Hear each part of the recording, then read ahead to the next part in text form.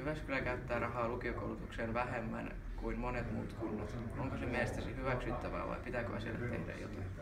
Mun mielestä se ei ole hyväksyttävää, koska se tietenkin heti vaikuttaa lukiokoulutuksen laatuun, että minkälaiset määrärahat on. Ja lukiokoulutuksen lisäksi määrärahoja pitäisi mun mielestä lisätä ammatilliseen koulutukseen ja näihin toisen asteen koulutuksiin valmentaviin koulutuksiin, esimerkiksi Valmaan ja sitten kymppiluokkiin.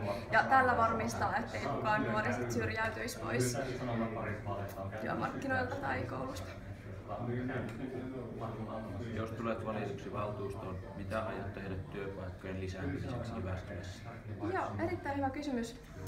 Tällähän hetkellä Jyväskylän kaupunki maksaa 9 miljoonaa euroa sakkomaksuja siitä, että meillä on niin paljon pitkäaikaistyöttömiä.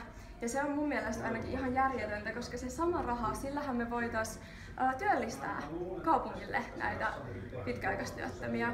Eli mä työllistäisin ihan kaupungin toimesta ja lisäksi tukisin pieniä ja keskisuuria yrityksiä, joissa on sit sitä työllistämispotentiaalia. Mitä mieltä olet kaupungin jatkuvasta velkaantumisesta?